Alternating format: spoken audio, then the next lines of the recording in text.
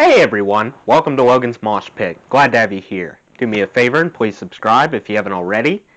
Today we're going to do another episode of the Q&A series. In this series, I will attempt to answer one music question in a few minutes.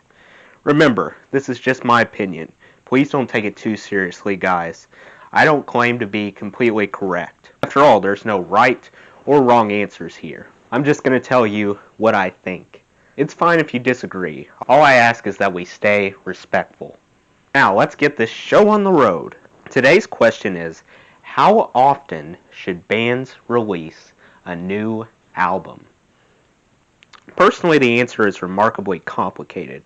As a general rule, I believe a 2 to 3 year gap between albums can be considered acceptable. Release a new album and promote it by touring for a year or two. Rinse and repeat.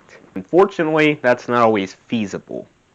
Numerous circumstances come into play, such as the age of the group, fan base size, tension between band members, and tragic incidents.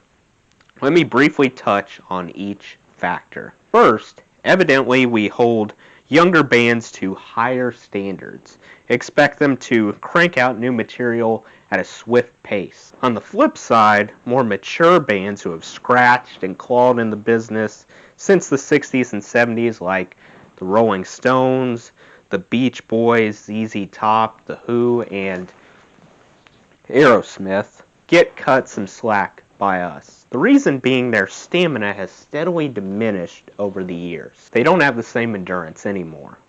Any new studio activity among this group of geezers will probably create buzz. Next, the size of the fan base must be taken into account.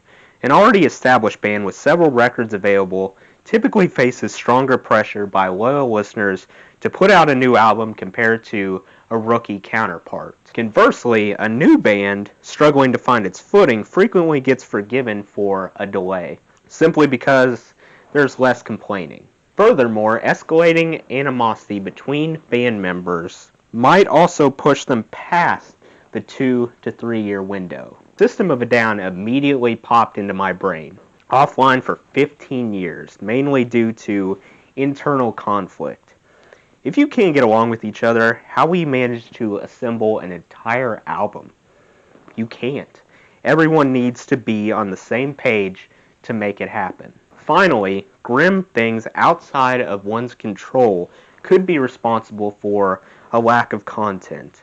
This includes injury, illness, addiction, or potentially an even greater catastrophe. Losing a lead singer seems to be a common situation.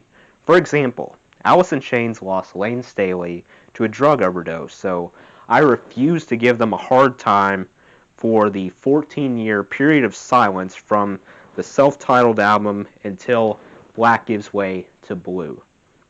I understand why they waited. All of the aforementioned issues sound like valid excuses to push the date back. Above all, you can't rush perfection.